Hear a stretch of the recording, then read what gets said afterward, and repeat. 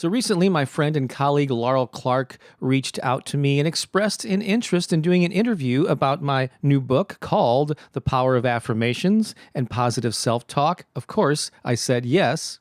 And since we didn't really talk about Laurel that much during the interview, I just wanted to let you know a little bit about her. She describes herself as a dreamologist. She's a speaker and an interfaith minister.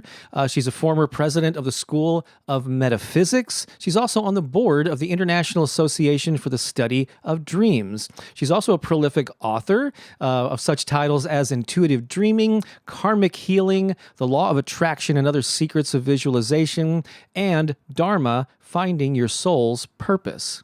You can find out more about her at laurelclark.com. I'll have links to her website as well as other things that we discuss in the show notes and description of this recording. So pull up a chair and enjoy. Well, thank you for being with us here today. For those of you who do not know Bob Baker, he and I are both in St. Louis, Missouri. However, he has a following all over the world. And I met Bob a number of years ago. He is an author, a musician.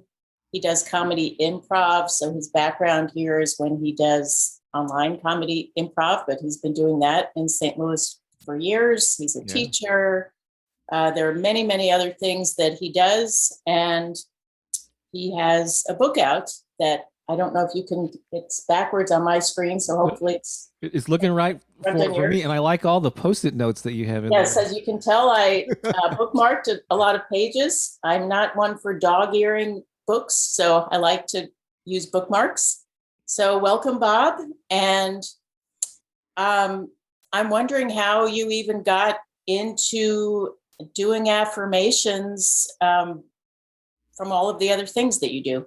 Yeah, well, so there's two aspects, I guess, to my doing affirmations. One is how I've used them personally in my own life, and then there's the more public aspect of when I started publishing them or posting them on YouTube, which started about 5 years ago. And because of that and the success, the views that those types of recordings got, I now only exclusively do affirmations and guided meditations on my YouTube channel. It's just grown beyond my wildest dreams. You want me to talk about maybe prior to that, how I've used them in my own life, or? Sure.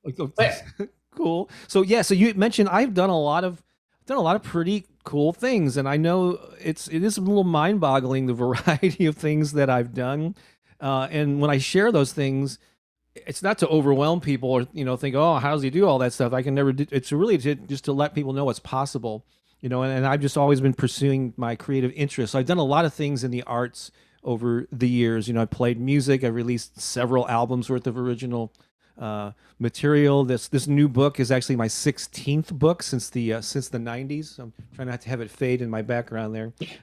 It magically disappears. Look at that. I'm also a magician, apparently, or an illusionist. So I published many books. One of my books appeared in the movie The School of Rock for a few seconds, starring Jack Black back in the day. I've done improv. I co-wrote a book with Laura Hall from Whose Line Is It Anyway? So I've done just many really cool things. So you would think that right out of the gate, I was this ambitious kid who was a class clown and was in all the school plays and all that. But that was not the case. In grade school and high school, I was actually quite shy and socially awkward and really lacked confidence and sense of self-worth was non-existent. I wasn't good at sports, so I got picked on by all the boys in grade school, and which kind of forced me to do things that I had more control over, which led me to do things like writing and music and art and so on. But it was actually a pivotal moment in my life. It was around my junior year of high school. I was kind of going through a rough time, and a friend of mine said, "I could tell you're kind of going through a tough time because this is a book that's helped me, and maybe it'll help you too." And it was actually Wayne Dyer's first book called Your Erroneous Zones. Do you remember that? I do. I read it one? in the late 70s, I think. Yeah, or maybe mid 70s. Yeah, even that very first book. And he went on to be very prolific as an author. Sadly, passed away about 5 years ago. But that first book, yeah, it was just more like pop psychology stuff, and it's opened my eyes to like I am not a victim of my thoughts. I was, we all live our lives on autopilot, or so many of us, thinking that if you're having feelings of doubt or worry or fear, that there's things that are happening. I feel these things; they must be just part of who I am, and they become part of your identity. When that book opened my eyes to the fact that I actually can control my thoughts. I'm not my thoughts. I can choose a different way to think, and which will lead to a different way to feel, and so on, and kind of change my self identity. So that was the first. Of course, it wasn't like everything I lived happily ever after after that point, but it was the beginning. It was my first eureka moment, and so it led to a personal development journey throughout my life, and affirmations have been a big part of that. I remember, yeah, I used to. There was a time when I read my first couple of books out, maybe in the late '90s or sometime in the '90s, when I maybe had to work day jobs, or I was just kind of scraping by doing my own freelance stuff. Um, and I said affirmations that I'm going to be making a living as an author or doing these various things, and I had dollar amounts that I would say. And it took a while, but I reached those goals and went beyond them. And then along the way, things I never even expected to happen came about. It's just me pursuing the things that I thought that I wanted in my life. So yeah, so I've been using them in various forms for many many years. So it wasn't really odd for me to, and I was actually seeking those out 5 or 6 years ago on YouTube, and not really being happy with what I found. Because I don't know about you, Laurel, but I'm very picky about like the voice that I listen to, like with guided meditations. Like you really gotta feel the person. They're soothing. Like if I'm distracted by either the voice, something I don't like about it, or the background music is too busy or too loud, I can't really, what do you call it, surrender myself to the process. And so after being disappointed with a lot of what I was finding, I said, I think I could create something that I'm looking for, but I can't find. And that's when I started posting them on YouTube. Yeah, so that's kind of a little bit of a story there. So let me ask this question for viewers or listeners who have heard the word affirmation, but they don't really know what it is. What is an affirmation? It's yeah, that's that, and that's I'm glad that you're asking that question, because like one of my purposes is to make this accessible to a lot of people, because there's different, yeah, people maybe even don't know what they are, or they already have a notion of what it is. So basically, affirmations and positive self-talk, they're statements that you say to yourself either in your mind or out loud that affirm uh, like a state of being or something that you want, a goal that you want to reach, and you're just reminding of yourself. You're like implanting that in your mind, so that it becomes part of what I like to call your filter through which you view the world. So they come in all different forms. They're quite often that begin with I am. They're often stated in the present tense. All there's different ways of doing these things. And if people that are a little bit older might remember, well, Senator Al Franken, before he was a politician, he was a comedic actor and a cast member on Saturday Night Live, and he had this character named Stuart Smalley that would have this phrase where he'd look in the mirror and he'd say, "I'm good enough, I'm smart enough, and doggone it, people like me." And I remember laughing at that character back then, and so a lot. He, even though it was funny, he didn't really do a great service to affirmations, because he was kind of poking fun at it and the people that say them. So when I initially started saying them to myself or writing them, I felt silly. I said, "No, this is like, this is hokey. What am I doing here?" But I stuck with it and started seeing the benefits. And I've heard this feedback from other people too. Like at first you go, "Really? I'm going to be saying these things to myself?" But they start to influence your perspective. I use the example. I think other people have used this type of example, but in the book I talk about. I still drive this car called the Honda Element. I've had it for many years. It's a very specific make and model. It's like a box-shaped car, and prior to owning one, I never even thought about Honda Elements. I don't think I even knew the name of that car, and And so it was never something I thought about. Once I owned one and was driving it on a daily basis, I started seeing them everywhere. Now, why is that? It's not because they suddenly appeared when I started driving one. They were there the whole time, but I just didn't notice them. So basically, the way that affirmations work is that our brains can't possibly receive and notice all the stimulus that's all around us. So our brain has a filter that is developed whether we know it or not, and it's developed through our experiences and the things we tell ourselves and things that other people say to us, and it's just accumulation of things over the years. It's this filter through which we see the world. And so I had developed by having that car, this Honda Element was now part of my filter because I experienced it on a regular basis. So I started seeing them. So I contend, and I know that it just doesn't work with makes and models of cars or shapes. It works with your attitudes, with your beliefs, with your, are you looking for opportunities, or are you looking for reasons to be offended? You know, so it affects all. So affirmations are doing that, basically creating a Honda Element in your mind, of the things that you want, how you want to experience life. And you can be intentional about that and actually create the thoughts, the feelings, start noticing the things that are going to serve you and allow you to live a happier, more fulfilling life when you make it a daily, especially when you make it a daily or regular practice. Yeah.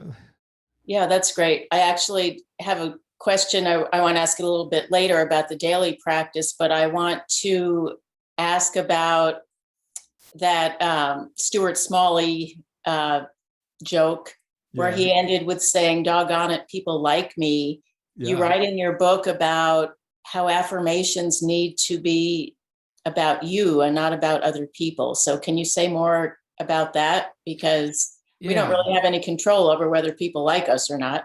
Yes, because I see, because well, now that I've been 5 years pretty deeply immersed in affirmations, and I do a lot of, done a lot of research on just different ways of approaching them and what people are asking about and what other YouTubers and podcasters or how they're approaching it. But there are people that like do affirmations or want to do affirmations on how to like attract a specific person, or how or I really want my husband or my son or whatever to do this or that.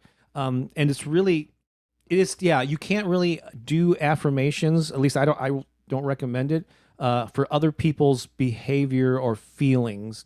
So you always have to pose them in how you show up, like what's your role in that. And so I think I used the example in the book about like if a parent was concerned about a child and they weren't doing well in school, you weren't saying Jimmy's doing well in school. You go, what's your role in that? I create a supportive environment for Jimmy. I see him flourishing. So it's like your affirmations should always be pointed toward your way you're thinking, your behavior, and how you can support that person. As far as it's really tough to like when it comes to love affirmations, yeah, I would not do them at a specific person because there may be somebody better out there that you will, by focusing on a specific person who's maybe not responding to you, you're ignoring other opportunities.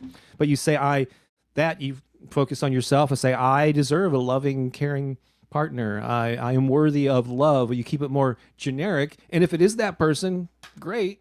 But it could be somebody else and somebody better. So yeah, always keep it focused on yourself because you cannot control other people's behaviors or how they feel.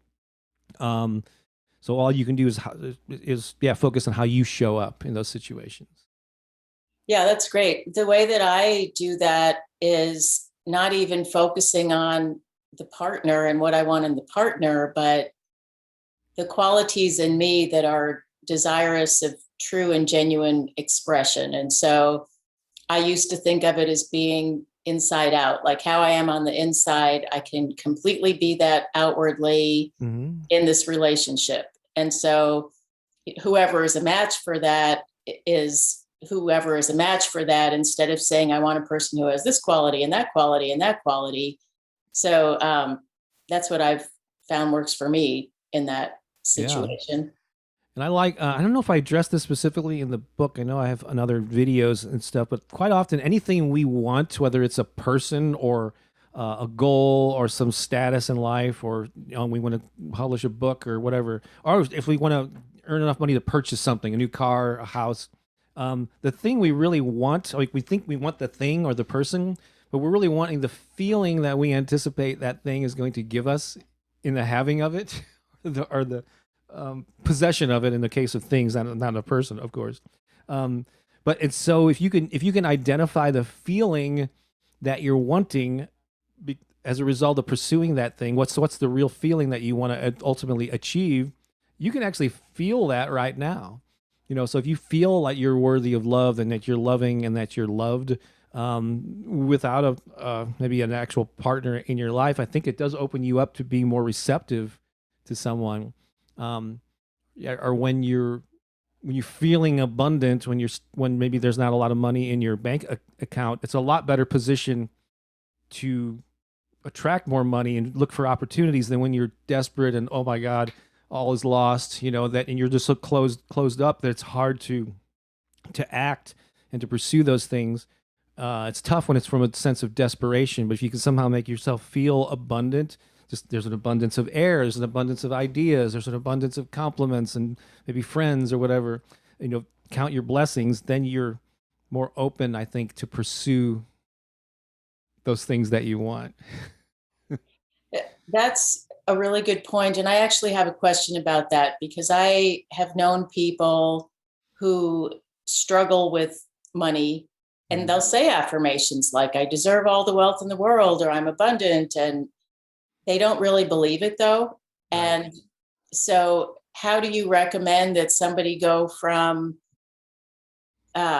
really not believing and sometimes not even believing it's possible, where when they say the affirmation, it's kind of like a cover up or a pretense? There's something that is now called imposter syndrome. Yeah.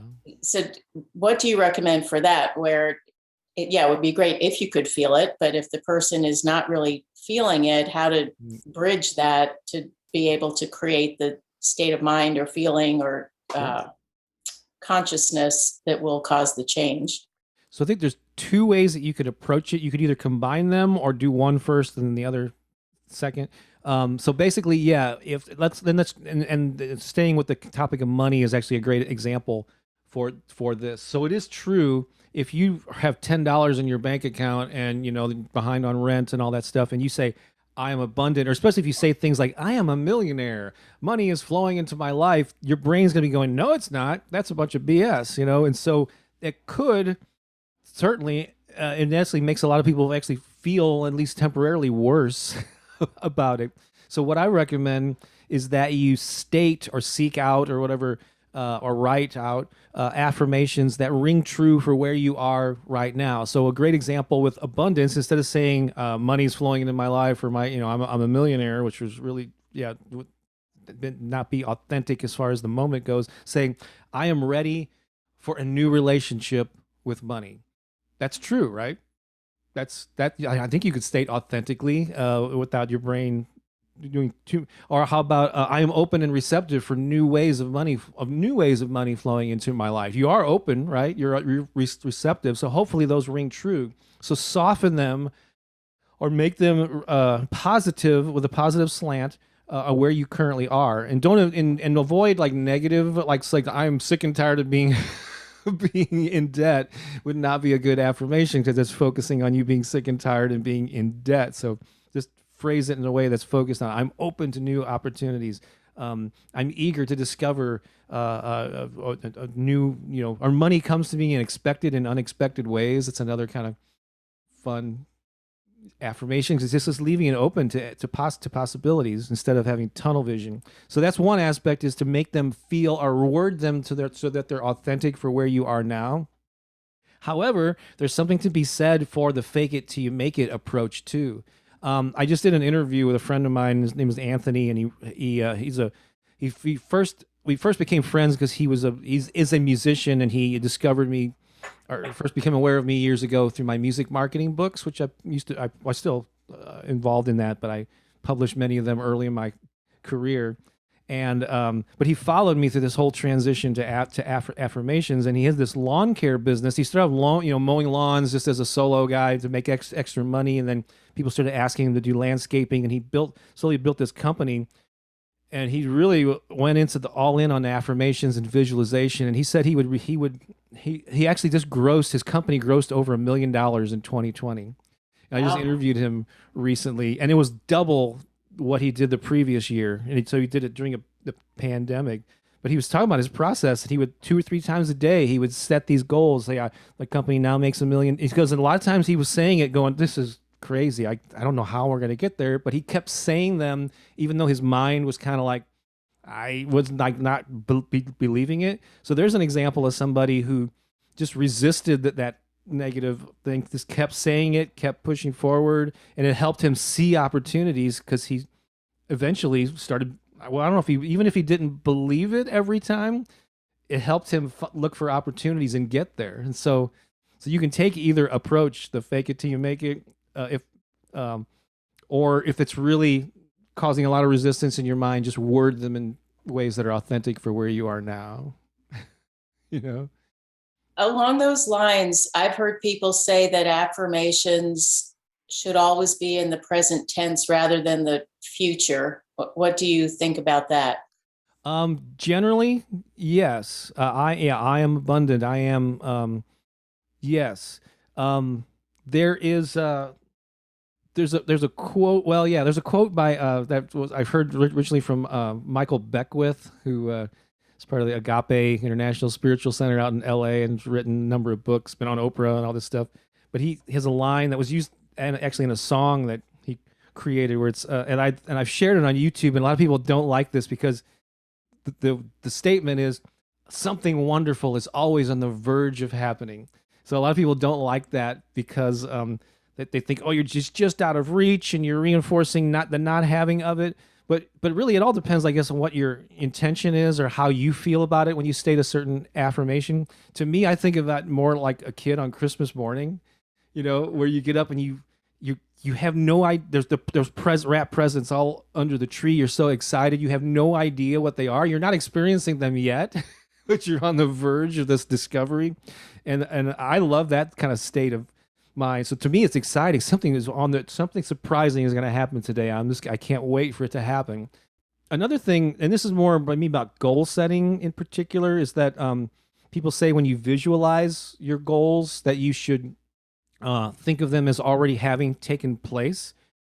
And I think that I think there's a lot of value in that. However, some people can get like I remember I was at a Jack Canfield workshop many years ago, and this woman stood up and was talking about this as it related to her health, and she goes, "In my mind, I see myself as a rail thin supermodel. So these days I eat whatever I want because I figured I'm already in great shape in my mind."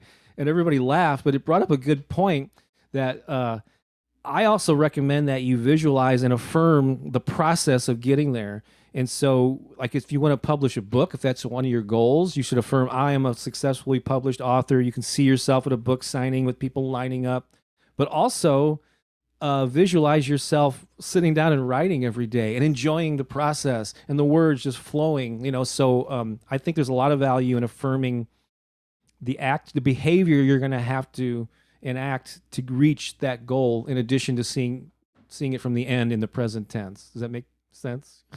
It makes perfect sense. And you Yeah. even wrote something in your book about that the affirmations should inspire action, Yeah. which I think is important because I think part of the Stuart Smalley joke about affirmations is people who think they can just sit there and say words and they wake up the next day and their life is different, which maybe happens, but not usually. Yeah. Yeah, and also some cynics, and I really haven't gotten a lot of pushback at all on this, but I just know there are people out there who think that your positive thinking is burying your head in the sand, ignoring your problems. I'm very rational. I'm very feet on the ground with this stuff. And yeah, I think no, we have to acknowledge that there are challenges in life. There are things that go wrong, people that get sick, I think, and people that will treat us in ways that are not very considerate. Um, Accidents, there's all kinds of things that happen, and we don't ignore that. We acknowledge those challenges. If there's feelings of sadness, loss, we have to fully feel those things. We don't want to suppress them. Um, but but there's a difference between that, acknowledging those problems, but not but keep from making it part of your story, ongoing, perpetually. And also, you don't have to live there forever. So you can acknowledge problems, you can deal with them, feel the feelings, but then transmute that into a lesson, into a better way of living. So yeah, no, it's not about just I'm happy, I'm going to ignore everything around me, I'm not seeing anything, but it's just choosing to do the best that you can with this life that has ups and downs, but also be willing to celebrate the ups, because a lot of times we just focus only on the bad stuff. you know and we have to balance that out with gratitude and looking for the positive and having reasons to celebrate, which is why I like doing improv and all this creative stuff, to share some laughter. Those are really excellent points that you're making. And I'd like to hear more about that, especially during this time that we've been in of people staying at home and not being able to spend a lot of time with people. This is May, which is Mental Health Month. And it seems like there's a gradient in what you're talking about, having gratitude, appreciating the things that are good in life, and also acknowledging when something, I don't even know if problem is the right word, but when we need to get help. So I was listening to someone who was talking about loneliness and how people have been lonely during the pandemic. And he said, if it gets bad enough, you should get therapy. Yeah. And I was listening to that and thinking, okay, how is somebody supposed to know if it's gotten bad enough? And our society, I think, still has some pretty big stigmas about mental health, mental illness. You don't have to be suicidal to be depressed or lonely. And so how do you know if that's something that you can just say affirmations about the good things in life, or when maybe you need to seek therapy? What do you suggest for that? And I mean, I don't, it's for each person to decide when they've gotten to that point. And so one other thing I realized after having done these affirmations, and the YouTube channel has 208,000 subscribers and over 1 million views and just many, many comments every day. And so I'm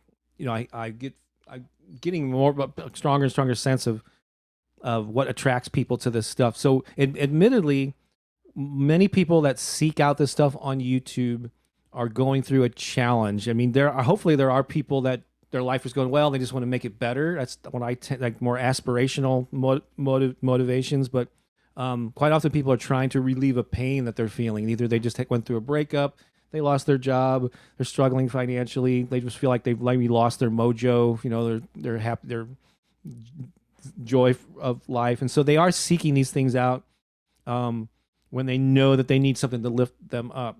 And most people, I guess, can, through whatever affirmations and other things proactive things that they do in their lives, can do it on their own or with the help of friends. But yes, and I readily admit, if you're really down in the dumps, if you're feeling about harming yourself or others, that's certainly an extreme case of that. But in fact, I partnered with a company that has sponsored a lot of podcasts. You may have heard of BetterHelp.com. It's like an online therapy thing. And I have actually, a link, betterhelp.com/Bob Baker, where you can go and check that out. And I totally encourage that. If you're not, especially if you're living alone in these pandemic times, you can still communicate with people. Yeah, there are two things that I've heard. I'm not a licensed therapist, but with depression, the things I've repeatedly seen in the things that I've read is like physical activity. So instead of when you just sit around the house and you're inactive and you're just regurgitating your own thoughts, that's probably what leads to this spiral down, or part of it. At least I've never really experienced severe depression, just kind of apathy is but the worst that it gets for me. But I think being active, so getting outside, taking a walk, working in the garden, just doing something this physical, is one thing, and then social interaction is, I know I've heard, is a really important aspect, which of course we've been limited with this past year. So get on the phone, get on Zoom, get on, try to interact with people who you think will hopefully will uplift you. And unfortunately, there are some people that their family and friends maybe aren't the most supportive all the time. And so, but yeah, if you feel, I've gone to therapists here and there at different times of my life, so there's nothing wrong with that. So if you feel you could use that, seek it out, either locally or do an online thing like the BetterHelp option. And yeah, so that's a great point, Laurel. Yeah. Thank you for that, Bob. And I am curious to know how you come up with your affirmations, because you said that you post 2 a week and you've been doing that now for years, right? Or for quite a Mhm. while. Yeah, there's many hundreds of them on the site So now. how do you, I mean, that seems like a lot of affirmations to come up with. What it inspires you, and tell us a little about your process. So yeah, so it's a combination of certainly it's like instinct, or what do I feel like I have to share, but I also am um I pay attention to and this may be a little geeky, but YouTube gives creators, so people like me who have their own channel and their topic that they give, the YouTube thrives or relies on the creators, even though they may be doing some original content now, but create they many thousands, millions of creators to thrive on the channel to create the stuff that brings viewers back. And so they give creators a lot of tools, and there's a dashboard called Creator Studio where you can go in and look. I can tell. I know that like 70% of my viewers are women. I can tell what times of day. I see what topics get more views than on others. I can even look at an individual video and see where the viewership drops off. Like, what was I saying? What was I doing? So you can really go as deep as you want down that rabbit hole. So I do pay attention to that stuff. That's the analytical part of my mind, and I combine that with just intuitive. I've been doing this journaling in the morning, where sometimes I ask myself a question where I'll say, what message do I need to share to today or this week, and sometimes I'll see like images and symbols, and it might inspire a particular theme. Um, so in addition to the topics, like the most popular topics are things like abundance. So there's always, abundance and money related things are always going to be popular. Gratitude, success, confidence. I mix in some health and love related things. So there are like categories of topics. And so you would think, oh, I've already done an affirmation thing. Why I can't do another? Well, there's so many different ways of doing it. So in many of my videos, there I am affirmations, and there may be 20 or more affirmations in a 10. And most of my videos are around 10, 12 minutes long. I have some that are 5. I'm experimenting with some longer form ones, especially some sleep ones. But most of them will have like, yeah, a couple dozen or more affirmations where I leave space for them to repeat the I am statements back to themselves. However, I found that while they're not as popular, I also like doing you are statements, because a lot of people, like we mentioned, don't have those encouraging voices. Maybe their parents, their grandparents, their mentors, their friends haven't been encouraging them, and that's been lacking in their lives. So a lot of people really, like, some people just are in tears when they hear somebody saying, you are worthy. You are deserve happiness and success. And so I do some you are ones too. I also sometimes I'll take one mantra or one affirmation and make it like a mantra where it's the focus of the entire thing. And I'll give them space to think about it and repeat it, and we'll focus on just one thing. So I'm always experimenting with approaches, even within the same topic. There's some videos where I say I'll state a you are statement, like you are worthy, and then I ask the person to repeat it back to themselves, I am worthy. So they're getting both angles. So it's been amazing to see the different ways that you can approach it and different ways you can mix and match them, and just keep cranking stuff out. So I guess that's the short answer, not so short answer of how I come up with stuff. Yeah, that's great. And then do you have your own music that plays in the background? Yeah, I mean, there's some royalty-free music, and even YouTube will has a library where you can, because they're pretty robust at like I made a mistake in the early days of doing these things where I would grab some music that I liked, and but they have systems in place where it'll recognize, oh, this music also belongs to this person, so you can't monetize this video, or sometimes they will take it down if the copyright holder. So yeah, being a musician and knowing my way around the software, yeah, all of my background. Well, there's a couple of exceptions. I've had some friends that I either paid or they bartered or whatever with them to create some background music, but most of it I create. A lot of it I create myself. There's a friend of mine, Gregory Kane, who's in California, who has done a lot of like new agey soundscape stuff. And actually, I've been using one of his tracks a lot over the last 6 months or so. But I either own the rights to it or I created it myself.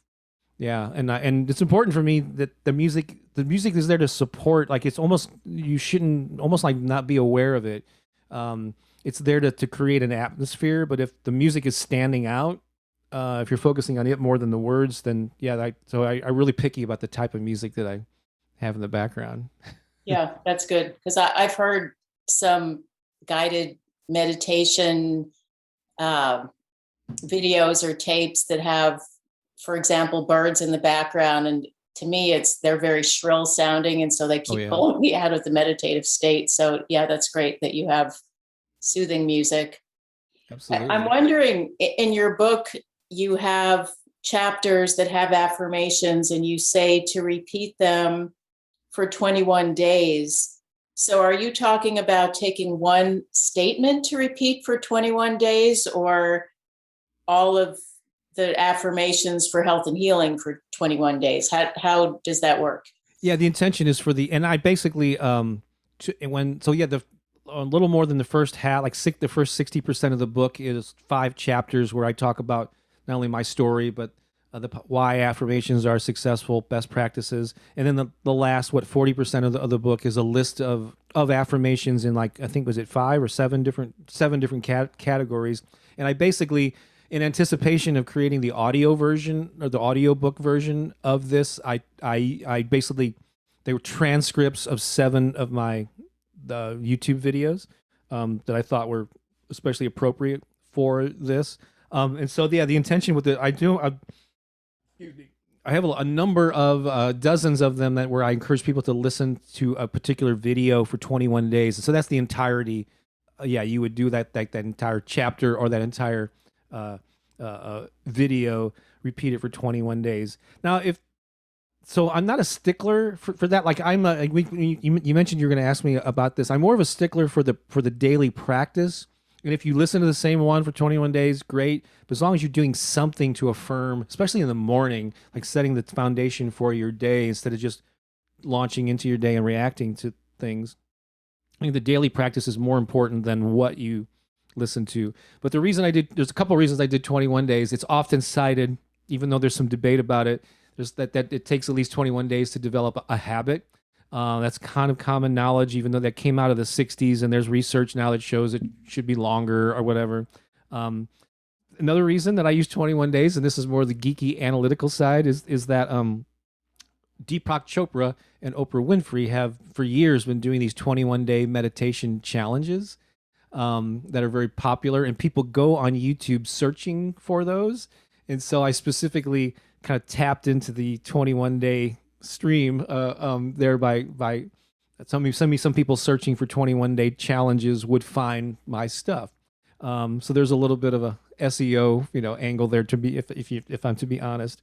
But I think there's benefit. Yeah, people do it. They listen and people really benefit from listening to the same one over and over again, especially if there's a topic, yeah, that you're really needing some work on, whether it's abundance or health or relationships or whatever, or confidence. It's another big one. That can be helpful.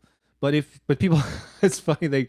I missed a day. Do I need to start over? I get all the comments like, no, you don't have, do whatever is right for you. And if you get kind of tired of that one after 7 days, switch to another one. As long as you're listening to something that is empowering you every day, then I think that's the most beneficial thing is to try to make this not just a 21-day process, but a lifetime, the lifestyle, just like eating well and exercising and all that stuff. You know. And how do you recommend that people not get overwhelmed. Like if somebody reads this book and they read all of the affirmations, it's a lot. So Mhm. how do you suggest that somebody choose where to start, and especially if they've never done affirmations Yeah. before? Well, there's, like I said, the in the book has the seven lists of affirmations in seven different categories. The intention isn't to read all seven every day. So it's, and I even say in one of the chapters where I talk about the importance of making it a daily practice. If you only have 5 minutes, then just spend 5 minutes, and you can listen to recordings like the ones that I do, which would be great. You can go to my YouTube channel, youtube.com/Bob Baker, or just search for Bob Baker on YouTube, and you pretty quickly find me and subscribe to the channel. So some people play just like listening to pre-recorded ones, but you can write out your own affirmations. You can record your own voice saying them on a voice memo. I actually early on, like in kind of around early 90s, I did that, and I recorded myself saying affirmations, and then I would listen to them on a stationary bike when I would every morning. And it was influenced by Tony Robbins. I think I was really getting into Tony Robbins stuff back then. Personal power. Um, but you can also print them out. You can put them on post-it notes and put them up where you'll see them throughout your day, in the bathroom mirror, on your computer, in your car, on the dashboard. And so there are many ways just to stay focused on these empowering thoughts, because I like to use the term, we're firming up our filter. So just do what you can. It should not be a burden. Yeah, so if you certainly, everybody can find 5 minutes a day, maybe either before you get out of bed or soon after you get out of bed, just to sit there. Or actually, you don't even have to sit there. A lot of people listen to these recordings while they're commuting, while they're driving, while they're walking the dog. So work them into your life in a way that works for you. This don't ignore them because you think it's going to be too much to take on. you Yeah. know? Yeah. So do you have a favorite affirmation that you say? Oh boy, there's a couple that have. Yeah, I kind of go through phases. There's a couple. One in particular I like a lot lately. I think, yeah, I did it one recently where it was the focus. It wasn't the only affirmation, but it was a focus that I came back to. Is today I look for and appreciate the good. It's real simple, but today I look for and appreciate the good. And there's just, even though it's a short sentence, there's two aspects to that. It's like you're anticipating for, you're going to go through your day looking for positive aspects, not making them up, but they're there the whole time. We're just not really aware of them. So you're going to be more present. You're going to look for signs of people being friendly, some people being compassionate, of the beauty. Maybe there's a path that you take, or a drive that you take, that you're thinking about something else. And today, maybe you're going to look for beauty, or plants flowering, or whatever. So you're looking for that, and then you're appreciating it, which brings in gratitude, which is always really like the foundation for any, I think, personal development, is being grateful for what you have before you can. It helps to allow more into your life. And so, yeah, that sums it all up in a nice package. Today, I look for and appreciate the good. Yeah, that's lovely. Yeah. So, as we're wrapping up here, tell people how they can find your book, how they can subscribe to your YouTube channel, whatever else you want people to know about you and the wonderful work you're doing in the Oh, world. well, cool. Thanks for asking that, and I really appreciate this, Laurel. This has been a lot of fun, and I'm glad when you suggested that we do this. Yeah, it's been every bit as fun as I thought it would be. So the YouTube channel is on my primary platform. And again, just you go there and look while you're logged into your account, and look and search for Bob Baker. But it's youtube.com/Bob Baker. I also have a podcast. Well, I have a couple other ways that this material is available. There's an affirmation meditation podcast that's available on Spotify and Apple and all the platforms. I also have like 13 albums of this spoken word, and also a little bit of musical, of positive music albums that are available on Spotify and Apple and all the places where streaming music is available. You have to search for my artist name there. That's Bob Baker's Inspiration Project. So again, that's a separate category. Like in Spotify, there's the podcast category, but there's also just the basic music, and most of it's music. But I have a lot of my spoken word stuff in there too. And then the book is The Power of Affirmations and Positive Self-Talk, is available pretty much worldwide. And here it's disappearing again. On Here, mine's Amazon, not disappearing. there you go. Thank you. Yes, that's the what do you call it? The post-it note version version. But available certainly on Amazon, currently in paperback and ebook formats, but also Barnes and Noble. And I mean, I had this is the widest distribution I've ever gotten on any of my books. I really tried to make it widely available. It's very affordably priced because it's a the paperback retails just for $9.95, the ebook for $4.99, and so made it really affordable and accessible. If someone wants to get an autographed copy, and you, especially if you don't live in, and if I know you were in St. Louis, we could probably arrange to meet. But if you're outside of St. Louis, you can go to my website devoted to all this work, which is Bob Baker Inspiration. You see a pattern here, bobbakerinspiration.com, and scroll down a little bit on the homepage, and you'll find information on how to get an autographed copy of the book sent to you, along with a music CD that Pookie and I put out, and some other digital goodies for one low price. So yeah, I'll ship that to you priority. So those are the various ways that people can get their hands or their ebook readers on it. Well, thank you, Bob. Thank you for your time today. Thank you so much for doing this wonderful work in the world. I want to say that personally, I have been inspired by you in so many ways. And I mean, you've helped me with my own writing and my own artistic creativity. So I encourage everybody to get the book because, as you said at the beginning of this interview, you have experience with this. It's not that you're just, quoting theory. It's from your own life and your own practice. So thank you so much. Awesome. Thanks a lot, Laurel. I'm going to stop streaming to Facebook now, but yeah, thanks for everybody who watching on the interwebs there. And yeah, Laurel, again, thanks a lot. I appreciate you. I appreciate you too. All right.